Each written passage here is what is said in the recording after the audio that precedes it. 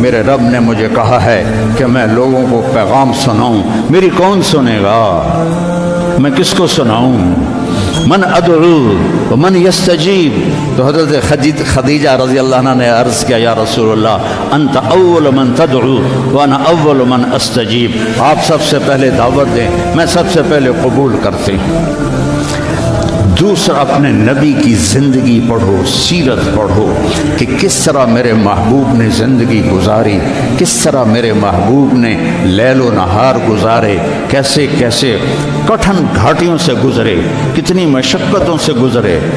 ہائے احد کی جنگ میں جب عتبہ بن ابی وقاص نے پتھر مارا جو یہاں لگا، ناک بھی زخمی ہو گیا، دانت بھی ٹوٹ گئے، تو آپ پیچھے گرے تو ابو عامر خزرج کا اوس کا ایک فاسق تھا، جو جیسے خزرج میں عبداللہ بن ابی تھا سردار بننے والا، تو اوس میں ابو عامر تھا سردار بننے والا، تو وہ بھی منافق ہو گیا، تو اس نے کھڈے کھودے ہوئے تھے مسلمانوں کے آنے سے پہلے، تو اس کھڈے میں آپ گرے، اور یہ جگہ کھڈے کے کنارے کے ساتھ لگی تو آپ غش کھا بے ہوش ہو گئے۔ تو صحابہ سمجھے آپ کا انتقال ہو گیا۔ اس وقت آپ کے گرد ابو بکر تھے، عمر تھے، طلحہ تھے، زبیر تھے، علی تھے، اور عبادہ بن صامت تھے، ابو دجانہ تھے، یہ سعد بن ربیع تھے، نعمان بن حارثہ تھے، یہ آپ کے گرد کھڑے ہوئے تھے۔ تو تھوڑی دیر کے بعد آپ کو ہوش آیا تو انہوں نے کہا یا رسول اللہ اب تو ان کے لیے بد دعا کریں۔ تو آپ نے کہا اللہم اہد قومی فإنہم لا یعلمون، یا اللہ میری قوم کو معاف کر دے، انہیں میرا پتہ نہیں ہے۔ اور صحابہ نے اپنے نبی کی محبت کے سبق ہمیں پڑھا دیے، چاروں طرف سے گھیرے میں آ گئے، اور حضرت طلحہ نے اپنا ہاتھ سیدھا کر دیا، ہر تیر اپنے ہاتھ پہ لے رہے تھے، ہر تیر اپنے ہاتھ پہ لے رہے تھے، یہاں تک کہ ہمیشہ کے لیے ان کا ہاتھ یہ شد ہو گیا اور معذور ہو گئے، اور قتادہ بن نعمان اپنا چہرہ آگے کر رہے تھے، اپنا چہرہ آگے کر رہے تھے، تو ایک تیر آ کے آنکھ میں لگا اور آنکھ نکل گئی، تو انہوں نے ایسے منہ موڑ اللہ کے نبی کی طرف اور رونے لگے یا رسول اللہ میری آنکھ چلی گئی۔ آپ نے فرمایا آنکھ چاہیے یا جنت چاہیے؟ وہ کہنے لگے جی مجھے دونوں چاہیے، آنکھ بھی چاہیے جنت بھی چاہیے، میری نئی نئی شادی ہوئی ہے، میری بیگم کو برا لگے۔ تو آپ نے اس کی وہ قیمہ جو بنا ہوا تھا وہ لیا اور یہاں رکھ کے اوپر ہاتھ پھیرا، اللہم اجعلھا احسن عینیہ، یا اللہ اس کی یہ آنکھ دوسری سے خوبصورت کر دے۔ تو وہ جب آنکھیں کھولی تو وہ اس سے زیادہ خوبصورت بن چکی تھی۔ تو انہوں نے میرے نبی کی زندگی کو اپنا کے دکھایا۔ موسیٰ علیہ السلام کی قوم پہنچی سمندر کے کنارے، آگے دیکھا سمندر، پیچھے دیکھا فرعون، تو کہنے لگے قال اصحاب موسیٰ انا، پھر لام، پھر مفعول کا صیغہ، انا لمدرکون۔ اس کو میں اپنی زبان میں کہوں موسیٰ مروا کے ہی چھوڑا نا ہمیں، موسیٰ آپ کا کیا بنے گا یہ کوئی فکر نہیں، ہارون آپ کا کیا بنے گا، اپنے نبی کا کوئی فکر نہیں، موسیٰ مروا کے ہی چھوڑا نا۔ تو ان کا کلا، تم ہو تو اسی قابل کہ تمہیں جوتے پڑیں، لیکن ان معی ربی سیہدین، اللہ مجھے میرے ساتھ ہے، راستہ دے گا ہے۔ اور ہجرت کی رات میرے نبی نکلے تو ابو بکر کبھی آگے چلتے کبھی پیچھے چلتے، کبھی آگے چلتے کبھی پیچھے چلتے۔ آپ اپنے پنجوں کے بل چل رہے تھے کہ پاؤں کے نشان نہ پڑ جائیں اور کھوجی نہ دیکھ لے۔ تو پھر آپ نے فرمایا ما لکا یا ابا بکر، ابو بکر کیا ہوا ہے، کبھی آگے آ جاتے ہو کبھی پیچھے ہو جاتے ہو؟ کہا یا رسول اللہ جب مجھے خیال آتا ہے آگے کوئی چھپا ہوا دشمن وار نہ کر دے تو میں آگے ہو جاتا ہوں کہ میرے اوپر آئے آپ پہ نہ آئے، اور جب مجھے خیال آتا ہے پیچھے سے کوئی آ کے حملہ نہ کر دے تو میں بھاگ کے پیچھے ہو جاتا ہوں کہ آپ کے اوپر وار نہ آئے، میرے اوپر آئے۔ اور پھر جب غار ثور پر پہنچے، جبل ثور، تو آپ چڑھ نہیں سکتے تھے، ساری انگلیوں سے خون نکل رہا تھا، جو کہ آپ ایسے چلے تھے ایسے۔ ابو بکر نے کندھے پہ بٹھایا اور پورا پہاڑ طے کیا، اوپر لے گئے، آپ کو باہر بٹھایا، سارے سوراخ بند کیے، اور اس کے بعد سوراخ زیادہ تھے تو پگڑی کو اتارا، اس کو پھاڑ کے سوراخ بند کیے، پھر اس کے بعد سوراخ زیادہ تھے، کرتے کو اتارا اور پھاڑ کے سوراخ بند کیے۔ ایک جس میں سانپ تھا وہاں اپنی ایڑی کو رکھ دیا، کہا مرحباً یا رسول اللہ۔ آپ اندر آئے تو اندھیرا تھا، آپ کو پتہ نہیں چلا، جب تھوڑی سی روشنی ہوئی تو آپ نے دیکھا نہ کرتا نہ پگڑی۔ ابوبکر مالک، یہ کیا ہوا ہے؟ ذرا عمامہ کدھر ہے، ذرا کرتا کدھر ہے؟ تو کہا یا رسول اللہ یہ سوراخ تھے، مجھے ڈر ہوا کہ ان میں کوئی چیز آپ کو تکلیف نہ پہنچائے، تو میں نے اپنے کپڑے پھاڑ کے سوراخ بند کیے ہیں۔ تو ایک دم میرے نبی رونے لگے اور ہاتھ اٹھا کر کہا یا اللہ میں ابوبکر سے راضی ہوں، تو بھی اس سے راضی ہو جا اور اسے جنت میں میرا ساتھی بنا تھا۔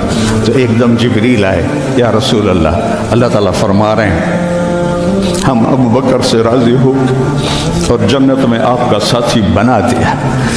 انہوں نے میرے نبی کی زندگی کو یوں سچ کر دکھایا۔ موسیٰ علیہ السلام کی قوم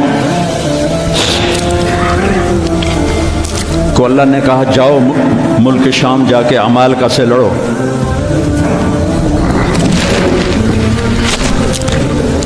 ان کا اذهب انت وربک فقاتلا، تو جا تیرا رب جائے، ہم نہیں لڑتے۔ اور بدر کے لیے جب آپ نے پوچھا بولو کیا کرنا ہے، تو مقداد ابن اسود نے کہا اذا لا نقول كما قالت بنو اسرائیل اذهب انت وربك فقاتلا بل نقاتل امامك وخلفك وعن يمينك وعن شمالك۔ یا رسول اللہ ہم بنو اسرائیل نہیں ہیں کہ کہیں جاؤ اور تو تیرا رب لڑے، ہم آپ کے آگے لڑیں گے، پیچھے لڑیں گے، دائیں لڑیں گے، بائیں لڑیں گے، ہماری لاشوں سے گزر کر وہ جائیں گے۔ بنو اسرائیل نے سمندر پار کیا، آگے پتھر کے بت کی پوجا ہو رہی ہے۔ یا موسیٰ اجعل لنا الہا کما لہم آلہہ، یا اللہ موسیٰ ایک خدا ہمیں بھی لے کر دو اس جیسا۔ یہ بنو اسرائیل ہیں اور میرے نبی کا انتقال ہوتا ہے پیر کے دن، اور ابوبکر صدیق اوالی گئے ہوئے ہیں اپنی دوسری بیگم کے پاس، ان کو خبر ملتی ہے تو وہ بھاگے ہوئے آتے ہیں اور آپ کے چادر ہٹا کر آپ کا ماتھا چومتے ہیں اور گرم گرم آنسو ماتھے پہ گرتے ہیں، وا خلیلہ وا صفیہ وا نبیہ۔ اور اس کے بعد آپ مسجد میں جاتے ہیں تو شور و فغاں ہے اور عمر تلوار لے کے کھڑے ہیں، جو کہے گا اللہ کا رسول فوت ہو گیا میں اس کو قتل کر دوں گا، وہ اللہ کے پاس گئے ہیں، وہ واپس آئیں گے۔ تو ابوبکر ممبر پر آئے، کہا عمر اقعد اقعد، کھڑے ہوئے آدمی کو کہنا ہو بیٹھ جاؤ تو اقعد، لیٹے ہوئے آدمی کو کہنا ہو بیٹھ جاؤ تو اجلس۔ یہ حسن عربی ہے کہ ہر حیت کے لیے الگ لفظ ہے، کھڑے کے لیے اقعد، لیٹے ہوئے کے لیے اجلس۔ عمر اقعد، کہا نہیں بیٹھوں گا۔ تو پتہ چل گیا کہ جوش میں ہے، ممبر پر آئے، ایھا الناس من کان یعبد محمدا فإن محمدا قد مات، جو محمد کی پوجا کرتے تھے وہ سن لو کہ انہیں اللہ نے بلا لیا، ان کا انتقال ہو گیا۔ ومن کان یعبد اللہ فإن اللہ حی لا یموت، وہ جو ایک اللہ کی پوجا کرنے والے ہیں ان کا رب زندہ ہے، موت سے پاک ہے۔ میرے نبی نے ایسے لوگ تیار کیے جنہوں نے میرے نبی کی زندگی کو سچ کر دکھایا اور جانوں کے نذرانے پیش کر کے آپ کی زندگی کو دنیا میں زندہ کیا۔ اس لیے واحد جماعت ہے صحابہ کی جن کی زندگی میں ان کو جنت کے وعدے کر دیے گئے، کلن وعد اللہ الحسنی۔ اس میں سابقین بھی اور لاحقین بھی، سب کے لیے جنت کا اللہ تعالیٰ نے وعدہ فرما دیا ہے۔ ایک امت تیار کی، ایک امت تیار کی۔ سارے قرآن نہیں پڑھے ہوئے تھے، حضرت خالد بن ولید نے فجر کی نماز پڑھائی، تھوڑی سی آیات ایک جگہ سے پڑھی، تھوڑی سی ایک جگہ سے، تھوڑی سی ایک جگہ سے، اس طرح کر کے انہوں نے نماز مکمل کی۔ اور نماز کے بعد کہنے لگے لقد شغلنی الجہاد عن القرآن، بھائی معاف کرنا جہاد کی وجہ سے میں تو قرآن بھی نہیں پڑھ سکا۔ لیکن بنے کیا وہ بنے کیا؟ موتا کی جنگ ہے اور میرے نبی کے سامنے منظر کھل چکا ہے۔ آپ نے فرمایا تھا جب چلے تھے کہ پہلا امیر زید بن حارثہ ہوگا، یہ شہید ہو تو پھر جعفر بن ابی طالب ہوگا، یہ شہید ہوں تو پھر عبداللہ بن رواحہ ہوں گے، یہ شہید ہوں تو پھر جسے مرضی بنا لینا۔ ایک یہودی سن رہا تھا، کہنے لگا اے ترائے گئے، یہ گئے، یہ نہیں زندہ آتے۔ تو اور وہاں 1,00,000 رومی اور 3,000 صحابہ۔ آپ رک کیوں گئے تھے؟ کہا وہ تھوڑا سا اس کے دل میں کھٹک آئی تھی، اس لیے جنت میں جانے میں تھوڑی دیر ہو گئی۔ اب جھنڈا گر گیا، ثابت ابن اکرم نے جھنڈا اٹھایا، کون لے گا یہ جھنڈا؟ انہوں نے کہا تو لے، تو بدری صحابی ہے۔ تو لے کہا نہیں میرے بس کا نہیں ہے۔ کسی نے آواز دی خالد کو دو۔ خالد کی پہلی جنگ تھی، صلح حدیبیہ کے بعد ایمان لائے، اور ان کی پہلی جنگ تھی۔ وہ فرمانے لگے بھائی میں تو ابھی مسلمان ہوا ہوں، کسی اور کو جھنڈا دو۔ کہا نہیں، سب نے کہا بس خالد خالد۔ انہوں نے ایک ہاتھ میں جھنڈا لیا، جب یوں تلوار کو جب اٹھایا نا تو میرے نبی نے فرمایا ثم صلی اللہ سیفا من سیوفہ، اب اللہ نے اپنی تلواروں میں سے ایک تلوار کو نیام سے باہر نکالا ہے، اور انہوں نے ساری رومیوں کی فتح کو شکست میں تبدیل کر دیا۔ 9 تلواریں ان کے ہاتھ سے ٹوٹیں لڑتے لڑتے، اور اتنا رعب چھا گیا کہ پورے روم میں دہشت پھیل گئی خالد ابن ولید کی۔ یہ لوگ میرے نبی نے تیار کیے تھے، ایک امت بنائی تھی، یہ میرے نبی کا عظیم ترین کارنامہ ہے، اور اولین اور آخرین کا سب ایک جذبہ تھا۔ حضرت عمر کی مجلس میں ابو سفیان، اکرمہ بن ابی جہل، حارث بن ہشام، سہیل ابن عمر بیٹھے ہوئے ہیں، تو حضرت بلال آ گئے، کہنے لگے آپ لوگ تھوڑا پیچھے ہو جاؤ۔ پھر حضرت عمار آئے، آپ نے کہا آپ لوگ تھوڑا پیچھے ہو جائے۔ پھر حضرت صہیب آئے، آپ نے کہا تم لوگ تھوڑا پیچھے ہو جاؤ۔ پھر حضرت مقداد آئے، آپ نے کہا تم لوگ تھوڑا پیچھے ہو۔ پیچھے ہوتے ہوتے جوتیوں پہ جا بیٹھے، مہاجرین اولین کو آگے بٹھایا۔ تو یہ غصے سے باہر نکل آئے، اور ابو سفیان کہنے لگے دیکھتے ہو عمر نے ہمارے ساتھ کیا کیا ہے؟ تو سہیل ابن عمر کہنے لگے صحیح کیا ہے، وہ ہم سے پہلے ایمان لائے تو وہ آگے نکل گئے، ہم بعد میں ایمان لائے تو ہمیں تو پیچھے ہی رہنا ہے۔ تو کہنے لگے اگر آخرت میں پیچھے رہ گئے تو پھر کیا ہوگا؟ یہ فتح مکہ کے مسلمان ہیں، فتح مکہ پھر کیا ہوگا؟ تو سارے گھبرا کے حضرت عمر کے پاس آئے کہ ہم نے دیکھ لیا ہے جو تو نے کیا ہے ٹھیک کیا ہے، چلو ہم پیچھے رہ گئے ہیں، لیکن کوئی طریقہ بتاؤ کہ آگے نہیں بڑھ سکتے تو جنت میں ساتھ تو ہو جائے۔ تو انہوں نے فرمایا انہوں نے جہاد میں جان دی تھی، تم بھی جانیں لگا دو تو تم بھی ان کے ساتھ ہو جاؤ گے۔ تو 400 قریشی سردار مکہ سے نکلے، 400، اور حارث ابن ہشام ابو جہل کے چھوٹے بھائی ہیں، اتنے ہر دل عزیز تھے۔ جب یہ نکلے تو سارا مکہ چھوڑنے باہر آیا، اور سب رو رہے تھے، بچے بچیاں مرد عورت۔ تو حارث ابن ہشام کھڑے ہو گئے، کہنے لگے یا اہل مکہ، اے اہل مکہ، اللہ کی ذات کی قسم مکے سے محبوب کوئی شہر نہیں، تم سے محبوب کوئی لوگ نہیں، لیکن ایک داعی نے آواز لگائی، اس پر ہمارے غلاموں نے لبیک کہا۔ آج وہ اتنا آگے جا چکے ہیں کہ اگر ہم یہ سارے مکے کے پہاڑ سونا بنا کے خرچ کر دیں تو ان کے ایک مٹھی جو کا اجر بھی نہیں پا سکتے۔ تم اپنی جانوں کا نذرانہ پیش کریں گے کہ آگے نہیں تو برابر تو ہو جائیں۔ تو یہ سارے سرداران تشریف لائے، اجنا دین کی جنگ ہو رہی تھی، اس میں شرکت کی، اس میں فتح ہوئی۔ پھر یرموک کی جنگ ہوئی جو فیصلہ کن جنگ تھی، جس نے شام کا فیصلہ کر دیا ہمیشہ کے لیے۔ 9 دن یہ جنگ چلتی رہی، کبھی ایسے کبھی ایسے کبھی ایسے کبھی ایسے، اور ایک دن ایسا ہوا کہ مسلمان صحابہ دبتے دبتے دبتے عورتوں کے خیموں تک آ گئے، اتنے قدم اکھڑے کہ عورتوں کے خیموں تک آ گئے۔ تو حضرت اکرمہ رضی اللہ تعالیٰ عنہ نے اپنی تلوار کی نیام کو توڑ دیا اور لوہے کے ٹوپی کو اتار کے پھینک دیا، کہا من یبایعنی علی الموت، یا اللہ ہمیں موت دے گا یا فتح دے گا۔ تو حضرت خالد بن ولید اور اکرمہ رشتہ دار ہیں، تو خالد بن ولید نے ان کا ایسے ہاتھ پکڑ لیا، نا نا نا نا نا نا، ابھی تمہاری ہمیں ضرورت ہے، یہ نہ کرنا یہ نہ کرنا۔ تو انہوں نے کہا الیک عنی، دور ہو جاؤ مجھ سے، انی و ابی کان من اشد الناس عداوۃ لرسول اللہ وافر منکم اليوم۔ میں اور میرا باپ ساری زندگی دشمن اسلام رہے، آج ہی تو داغ دھونے کا وقت آیا اور میں بھاگ جاؤں؟ ان لک سابقۃ، تو مجھ سے پہلے ایمان لا چکا ہے اور آگے بڑھ چکا ہے، پیچھے ہٹ جا، میرے راستے میں حائل نہ ہو۔ تو سب سے پہلے ان کے بیٹے عمر بن اکرمہ نے بیعت کی، پھر حارث بن ہشام، سہیل بن عمر، زرار بن اوزر، ابو سفیان بن حرب، ان سارے سرداروں نے بیعت کی اور سب نے اپنے خود لوہے کی ٹوپیاں پھینک دیں اور تلواروں کی نیامیں توڑ دیں اور شیر کی طرح حملہ آور ہوئے۔ وہ سارے روم کو پلٹا کے پیچھے پھینک دیا، اور جب روم کے قدم اکھڑ گئے تو خالد بن ولید فوراً بھاگے بھاگے واپس آئے کہ میں پتہ کروں کہ اکرمہ کس حال میں ہے اور عمر کس حال میں ہے، رشتہ ایک مخزومی ہے نا دونوں۔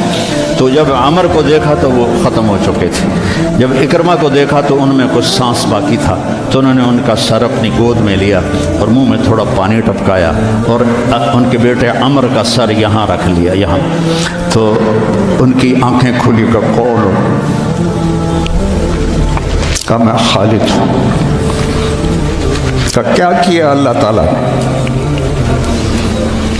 کہا اقر عینک، اپنی آنکھیں ٹھنڈی کر، اللہ نے فتح دی۔ کہا اچھا، عمر کو کہہ دینا جو تم نے کہا تھا وہ ہم نے کر دیا، جو تم نے کہا تھا وہ ہم نے کرتے، اور جان نکل گئی۔ تو حضرت خالد بن ولید کو حضرت عمر پہ غصہ آ گیا۔ عرب جب غصے میں بولتے تھے تو ماں کے نام سے پکارتے تھے، اور جب اچھے ماحول میں ہوتے تھے تو باپ کے نام سے پکارتے تھے۔ تو یہاں حضرت خالد کہنے لگے کلا زعم ابن الحنتمہ اللہ نستشہد۔ حنتمہ حضرت عمر کی ماں کا نام ہے، حنتمہ کا بیٹا اب یہ نہیں کہہ سکتا کہ سرداروں نے جان قربان نہیں کی۔ یہ میرے نبی کی محنت کا ثمرہ ہے، یہ مدارس اسی کا سلسلہ ہیں، یہ خانقاہیں اسی کا سلسلہ ہیں، یہ تبلیغ اسی کا سلسلہ ہے۔ لیکن بیٹو، صرف کتابیں پڑھنے سے تربیت نہیں ہوتی، اہل اللہ کی تربیت میں رہو، ان کے ساتھ اپنے اندر کی گندگیاں نکالو، تبلیغ میں وقت لگاؤ۔ مجاہدے سے انسان میں جلا پیدا ہوتی ہے اور وہ اس کا رخ نیکیوں کی طرف پھرتا ہے۔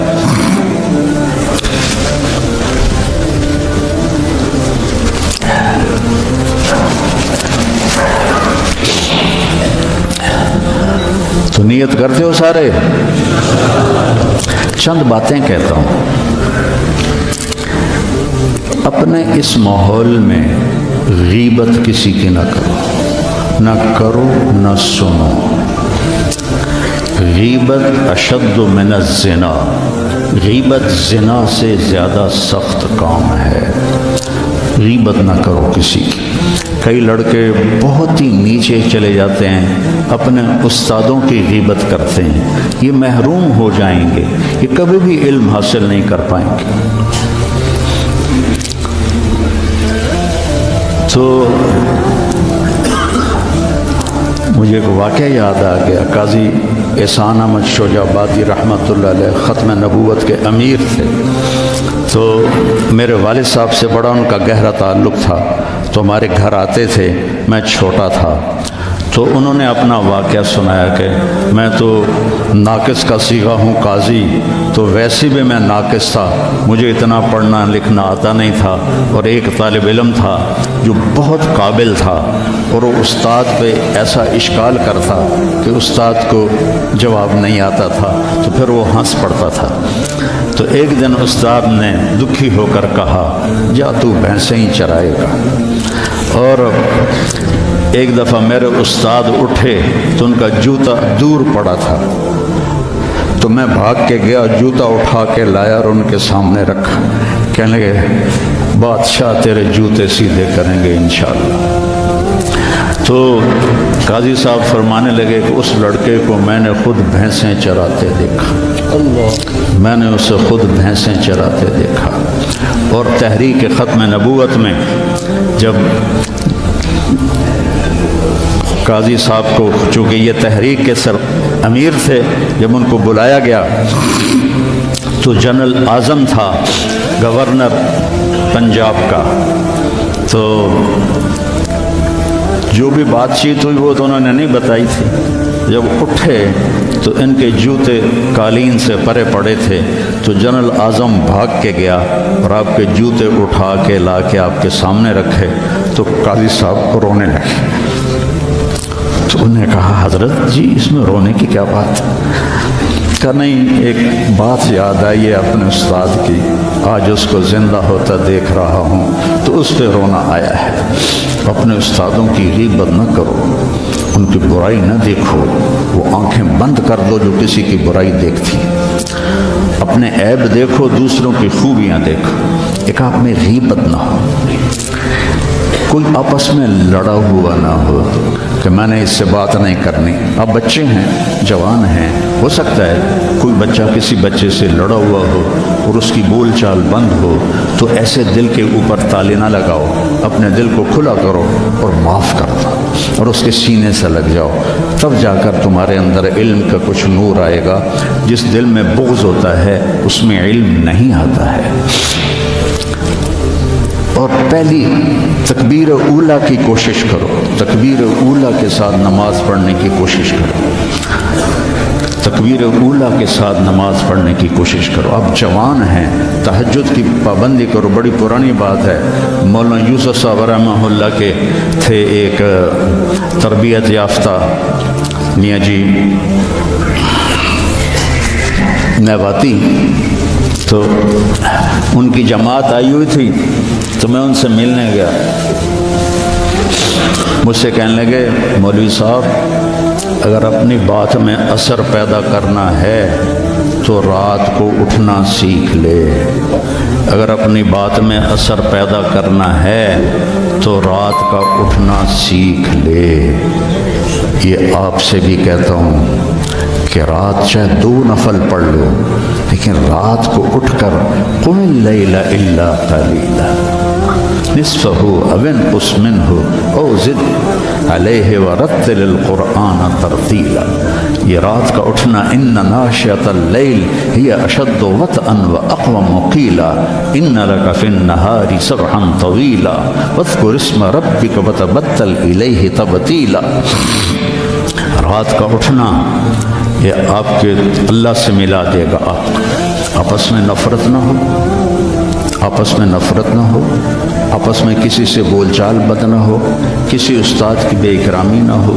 پھر چاہے تمہارے کچے پچے سبق بھی ہوں گے نا، جب اللہ کام لینے کا ارادہ کرتا ہے پھر کچا پکا نہیں دیکھتا، پھر اسے قبول کرتا ہے۔ مولانا تعالی شاہ بخاری رحمہ اللہ نے دورہ نہیں پڑھا تھا، صرف مشکات تک پڑھا تھا، تو وہ جب کبھی علماء میں بیان ہوتا اس جیسا تو کوئی خطیب ہندوستان میں تو کم از کم آج تک نہیں آیا۔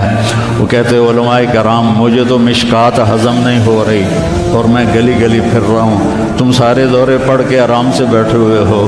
یہ ان کا ایک جملہ مجھے سنایا ہمارے استاد مولانا ظفر صاحب رحمہ اللہ، فوت ہو گئے پھینگی میں، ان کا مدرسہ تھا جامعہ خالد بن ولید۔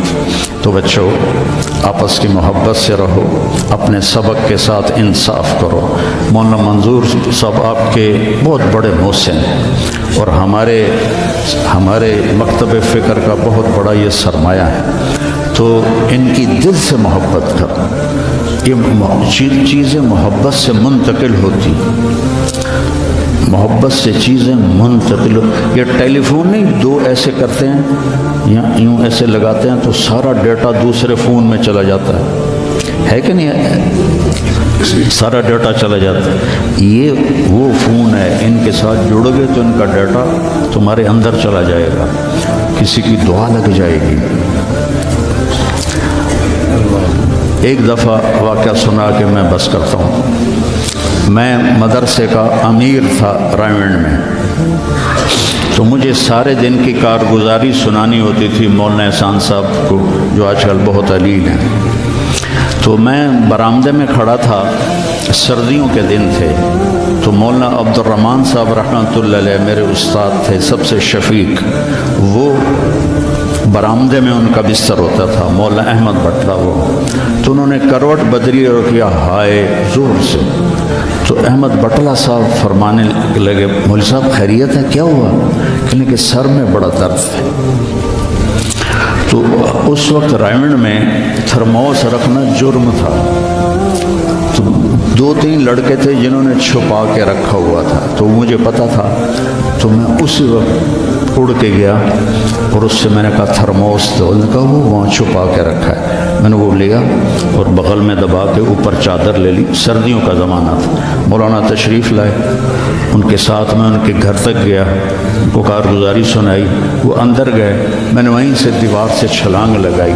یہ 72-73 کی بات ہے، جب کوئی بازار نہیں تھا رائمنڈ میں، 2-3 صرف چھوٹے چھوٹے ہوٹل تھے اور 10 بجنے والے تھے، اور اس وقت سناٹا ہوتا تھا۔ میں نے کہا یا اللہ، چائے بھی مل جائے اور سر درد کی گولی بھی مل جائے تو آج میرا کام بن جائے گا۔ تو میں نے سارا دیکھا تو سب ہوٹل بند، ایک ہوٹل بند تھا لیکن تھوڑا سا کیواڑ کھلا ہوا تھا اور اندر سے روشنی آ رہی تھی۔ وہ انور نام کا ایک ساتھی تھا مرحوم، اس کا ہوٹل تھا۔ میں اندر گیا، میں نے کہا بھائی انور چائے چاہیے؟ کہا بھائی میں تو تھک گیا ہوں سارا دن، تو خود بنا لے۔ تو وہ اسٹوو ہوتا تھا ہوا والا، وہ میں نے چائے بنائی، تھرموس میں ڈالی۔ میں نے کہا کوئی سر درد کی گولی ہے تیرے پاس؟ اب چائے کے کھوکھے پر کھوکھا، سر درد کی گولی کا کیا کام ہے؟ کہنے لگا وہ پھٹے پر دیکھو شاید کوئی پڑی ہو۔ تو میری تقدیر میرا ساتھ دے رہی تھی، میں نے دیکھا تو ایک ساری ڈان ہوتی تھی اس وقت، وہ سر درد کی گولی تھی، جیسے آج کل پیناڈول ہے، وہ ساری ڈان پڑی تھی۔ میں نے کہا لے بھائی آج کام بن جائے گا۔ میں نے وہ لی اور دوڑ لگائی، اور جب مولانا چادر لے کے پڑھتے تو میں نے ایسے پاؤں دبائے، تو انہوں نے سر سے رضائی ہٹائی، مجھے دیکھا، کیا بات؟ میں نے کہا جی یہ چائے ہے، یہ گولی ہے، آپ کھا لیں، آپ کے سر میں درد۔ تو ان کے منہ سے کلمات نکلے، اس کا میں ثمرہ ہوں، اپنی ذات میں کچھ نہیں، میرے استاد کی دعا مجھے لگی۔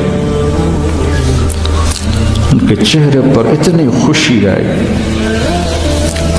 وہ بڑبڑاتے ہوئے، الفاظ مجھے سمجھ میں نہیں آ رہے تھے لیکن میرے لیے دعا فرما رہے تھے۔ تو ایسے موقع تلاش کیا کرو کہ آپ کو استاد کی خدمت کا موقع ملے، تو ان کے منہ سے دعا نکلے اور آپ کے کام بن جائیں۔ تو سارے بچے اس کی نیت کرو، اپنی پڑھائی کے ساتھ انصاف کرو، آپس میں پیار محبت سے رہو۔ نیت کرتے ہو نا سارے؟ اللہم لک الحمد۔ اور نکاح ہے، لو مفتی امجد کی بیٹی کا نکاح ہے۔ بسم اللہ الرحمن الرحیم۔ یا ایھا الناس انا خلقناکم من ذکر و انثی وجعلناکم شعوبا وقبائل لتعارفوا ان اکرمکم عند اللہ اتقاکم وقال النبی صلی اللہ علیہ وسلم اعظم النکاح برکۃ ایسرہ معونہ۔ جی بیٹا اسامہ، عائشہ، سید عائشہ بنت مفتی امجد کو مہر فاطمی کے وضع کے نکاح میں دیا، قبول ہے؟ قبول ہے۔ بڑے زور نال بولے۔ ہمارا ایک زمیندار دوست تھا، اس کے گاؤں کا ایک بچہ کنڈکٹر لگ گیا بس میں۔ تو کنڈکٹر کا کام ہوتا ہے ڈرائیور کو کہنا استاد جی آن دیو، استاد جی جان دیو، استاد جی کٹ لو موڑ لو۔ اس کا نکاح ہو رہا تھا، تو مولوی صاحب نے اس سے کہا ابھی ٹھہر جا، بات تو کرنے دے۔ تو مولوی صاحب نے اس سے کہا فلاں فلاں کی بیٹی اتنے مہر کے ساتھ تیرے نکاح میں دی، تجھے قبول ہے؟ تو کہتا آن دیو۔ تو اس کے بھائی نے اس کو ایسے کونی ماری، کہتا جان دیو۔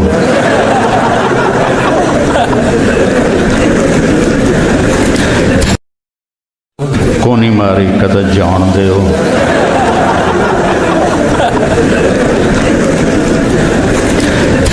تو مولوی صاحب نے کہا یہ آن دیو جان دیو نال تیرے نکاح نہیں ہوئے گا۔ تو کہ میں نے قبول کیا۔ تو اللہ برکت دے، اللہم لک الحمد انت اہلہ۔ ہاں ہاں ہاں ہاں، بھائی اللہ تعالیٰ نے میرے اوپر یہ احسان کیا، میں جب پڑھتا تھا تو میرا ساتھ خارجی مطالعہ بہت تھا، اللہ نے ذہن اچھا دیا تھا تو اپنی کتابوں سے فارغ ہو کر خارجی مطالعہ کرتا تھا۔ تو ہمارے ہاں عام معمول نہیں ہے اجازت حدیث کا، سند کے سافل اور عالی ہونے کا کوئی زیادہ رواج نہیں ہے، عرب میں بہت ہے۔ تو مجھے پتہ تھا کہ سند عالی بھی ہوتی ہے، سافل بھی ہوتی ہے۔ تو دورے کے آخری دنوں میں نے خیال دوڑایا کہ کس سے جا کے اجازت لی جائے۔ تو مولانا عزیر گل رحمۃ اللہ علیہ شیخ الہند کے براہ راست شاگرد تھے، تو وہ رہتے تھے سخا کوٹ کے آگے گاؤں تھا۔ تو میں نے رائمنڈ میں، ہم جامعہ رشیدیہ میں دورہ کرتے تھے، جب رائمنڈ میں دورہ نہیں تھا مولانا عبداللہ صاحب رائے پوری ان کی وجہ سے ہمیں وہاں بھیجتے تھے۔ تو کوئی لڑکا تیار نہ ہوا میرے ساتھ، تو ایک فتح جنگ کا تھا اور ایک بنو کا۔ میں نے ان سے کہا تمہارا تو گھر بھی ادھر ہے، تم تو میرے ساتھ چلو، میں نے تو واپس ملتان آنا ہے۔ وہ تیار ہو گئے، ہم سخا کوٹ پہنچے۔ ان کے بیٹے تھے عبد الرؤف صاحب رحمہ اللہ، کپڑے کی دکان۔ تو ہم نے ان سے کہا کہ جی اس طرح ہم آئے ہیں اجازت حدیث کے لیے، تو ہنس پڑے، کہنے لگے انہوں نے مولانا عبدالحق کوڑا خٹک والوں کو اجازت نہیں دی، تو تم کون ہو؟ تمہیں تو وہ جانتے بھی نہیں، وہ دیتے ہی نہیں، ناراض ہو جاتے ہیں۔ تو مولانا محمد میاں صاحب تھے رحمۃ اللہ علیہ، ہم اس میں جامعہ مدنیہ میں، تو وہ حضرت شیخ مولانا مدنی رحمہ اللہ کے خلیفہ تھے، انہوں نے اپنے بیٹے کو بھیجا، اس کو بھی نہیں دی۔ ہم نے کہا جی آپ پھر ہماری ملاقات کرا دیں، ان کا چلو ملاقات کرا دیتا ہوں۔ تو ہم نے کیا کیا، پہلے گئے مسجد میں، 2 نفل پڑھ کے اس کا ثواب مولانا کو ہدیہ کیا، مولانا عزیر گل صاحب کو، کہ یا اللہ ان کا دل نرم کر دے اور یہ ہمارا تحفہ ان تک پہنچا دے۔ تو آ گئے۔ میں نے 2 شخصیتوں کو وجاہت کے لحاظ سے ایسا دیکھا ہے کہ ایسا اور کوئی نہیں دیکھا۔ مولانا عزیر گل صاحب 6.25 فٹ قد، یہ میری 2 کلائیاں مل کے ان کی 1 کلائی بنتی تھی، اور ایسا نورانی چہرہ، آنکھیں چلی گئی تھی۔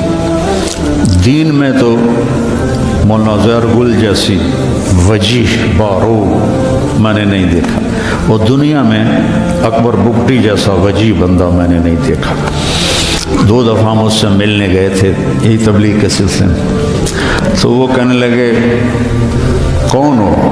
نابینا ہو گئے تھے، لاٹھی ہاتھ میں تھی۔ تو میں متکلم تھا، میں نے کہا جی ہم طلبہ ہیں، رائمنڈ سے پڑھا ہے، سائیوال میں دورہ کیا ہے، اور اب ہم آپ سے اجازت حدیث کے لیے حاضر ہوئے ہیں۔ وہ تو جلال میں آ گئے، جیسے ان کے بیٹے نے کہا تھا، اتنا غصے ہوئے، میں جاہل، میرے پاس کیا لینے آئے ہو، مجھے کچھ نہیں آتا، ایسے آ گئے ہو۔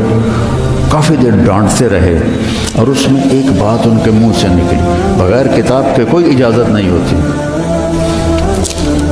ان کو خیال تھا کہ ہم ویلے ہی آ گئے ہیں۔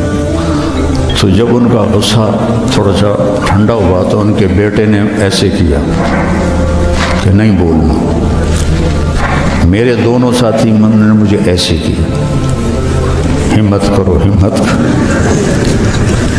اب میں 2 کشتیوں پہ ہو گئی، ان کا بیٹے کہہ رہے ہیں،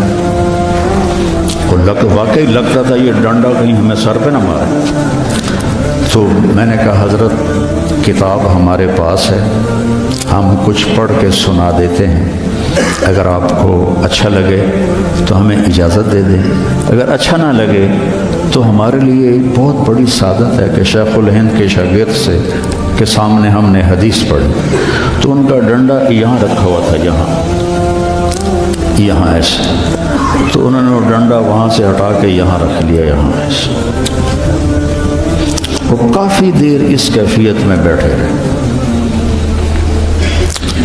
ایک دم کہنے لگے اچھا پڑھو. تو میں نے یہ پہلی حدیث جو تھی انما الاعمال بالنیات پہلی حدیث میں نے پڑھی. دوسری مولوی عبد الودود تھے فوت ہو گئے انہوں نے پڑھی. تیسری مولوی اسحاق نے پڑھی. تو طریقہ ہوتا ہے کہ اول اور آخر پڑھا جاتا ہے. تو جب کتاب میں نے لے کے ورق الٹنے شروع کی کہ آخری حدیث پڑھوں تو ورق گردانی کی آواز کانوں میں آئی. کہنے کہ بس بس کافی ہے کافی ہے, میں تم تینوں کو اجازت دیتا ہوں لیکن ایک شرط ہے, میں نے آج تک کسی کو اجازت نہیں دی, تم نے کسی کو بتانا نہیں کہ میں نے تمہیں اجازت دی. تو ہم نے ان کی موت تک چھپائے رکھا, پھر ہم نے اعلان کر دیا. تو میں آپ سب طلبہ کو دورہ حدیث کے ہوں تو میں کچھ نہیں خالی ڈھول ہوں, لیکن چلو آپ کی نیکیوں میں میرا حصہ پڑ جائے گا, میں آپ کو اس کی اجازت دیتا ہوں.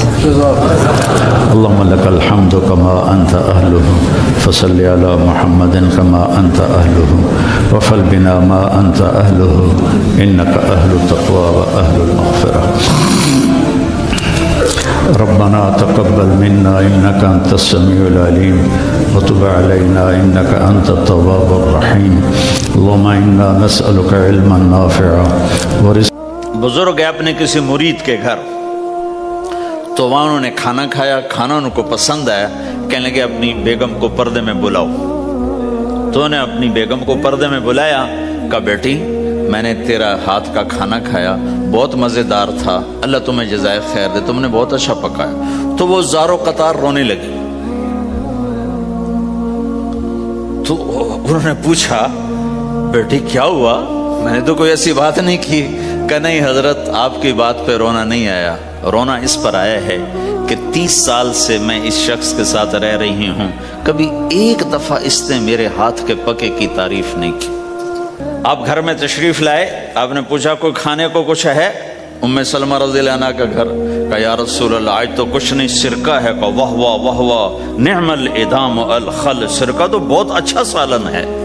سبحان اللہ, کیسے دلجوئی فرمائی اپنی بیگم کی, سرکہ تو بہت اچھا سالن ہے. یا تو نے نمک کم ڈال دیا, تو نے مرچی زیادہ کر دی. ہم رائمنڈ میں پڑھتے تھے نا, تو پکانا ہمارے ذمے ہوتا تھا, تو ہمیں پتا کہ پکاتے ہوئے کیا گزرتی. جب 2-2 ہزار آدمی کی روٹی ہم پکاتے تھے, 5-5 بوری آٹا گوندا ہے ہاتھوں سے, اور 10-10 من کھڑے ہو کے روٹی لگائی ہے. سخت سردی میں بھی سخت گرمی میں. سردی میں جب رات کو آٹا گونتے تھے ہم, تو ہمارے ہاتھ ایسے اکڑ, تم تو سردی دیکھتے ہی نہیں ہو, ہاتھ ایسے اکڑ جاتے تھے. اور صبح 4 بجے اٹھ کے روٹی پکانا شروع کرتے تھے. 2000 آدمی کی روٹی پکانی ہوتی تھی. تو اب کوئی آ کر کہتے انہیں کچی روٹی پکائی, تو جی دادا ایک تھپڑ اس کے منہ پہ مارے. کہ 4 بجے کے ہم اٹھے ہوئے ہیں, پکا پکا برا حشر ہو گیا, کہتے کچی پکائی.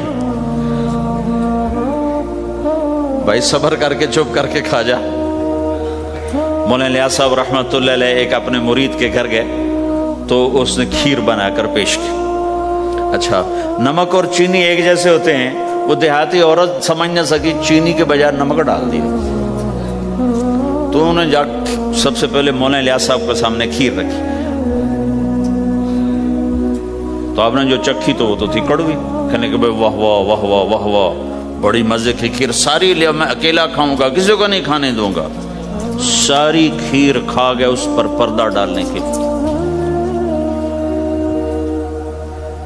وہ تو جب انہوں نے کہا مولانا الیاس کا بچا ہوا تھوڑا سا میں جب چکھا تو کڑوا سا, ہائے مر گئی, یہ تو سارا نمک ڈالا ہوا. ایک دم ہماری جماعت چنیوٹ میں تھی, تو ہمارے ساتھیوں نے چائے بنائی, تو وہ اندھیرا سا تھا, تو چینی کے بجائے نمک ڈال دیا اور دسترخوان پہ لے آئے. سب پی رہے, واللہ میں آنکھوں سے دیکھا بتا رہا ہوں, مولانا الیاس کا تو سنا بتا رہا ہوں, کسی ایک نے نہیں کہا کہ یہ کڑوی ہے. چپ کر کے پی رہے, چپ کر کے پی رہے, کسی ایک نے نہیں کہا. باہر ایک دیہاتی کھڑا تھا, تو میں نے اس کا چاچا آتے نو چاہ پہ ماما. وہ آ گیا, اس نے پہلا گھونٹ بھرا, ہوئے تھا کوڑی ہے. اس نے بانڈا پھوڑ دیا.